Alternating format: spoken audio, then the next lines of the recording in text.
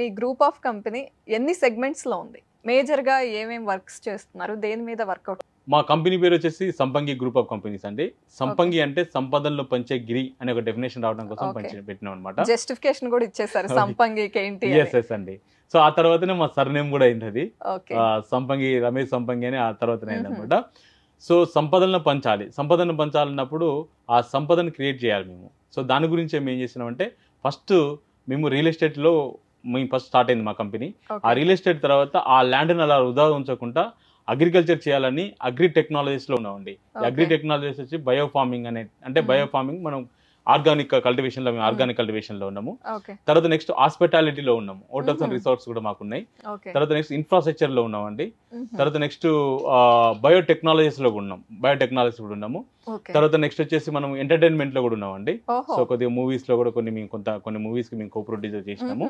So మా సంపంగి brothers pictures అని కూడా మాకు బ్యానర్ కూడా ఉంది. సో నిర్మాతల మండలిలో మేము కూడా మా కంపెనీ అదనమాట. సో దాంతో పాటు మాకు ఎంటర్టైన్మెంట్ తో పాటు ఈ ఫైనాన్స్ సెక్టార్ లో కూడా ఉన్నామండి.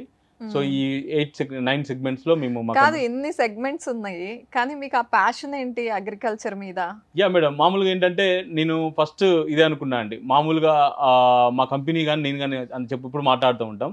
We love our culture, our Indian culture is agriculture, save our culture, invest in soils అని మాట్లాడతాను ఇప్పుడు నేను. సో మన కల్చర్ ఇచ్చేసి అగ్రికల్చర్ అండి. సో మామూలుగా ఈరోజు మన కల్చర్ గురించి, మన భారతదేశం ఈరోజు ప్రపంచంలో ఇంత గొప్ప నేమ్ ఉందంటే కేవలం మన కల్చర్ గురించే ఉంది. సో ఫస్ట్ కల్చర్ వచ్చి అగ్రికల్చర్. సో అందుకోసం మీరు చూస్తే మన సింధు సివిలైజేషన్లో కానీ, అరబన్ సివిలైజేషన్ కానీ, ద్రవిడియన్ సివిలైజేషన్లో కానీ ఇక్కడ పురాతన నగరాలు అవుతున్నాయో నదీ పరివాహక ప్రాంతాల్లోనే ఉన్నాయి.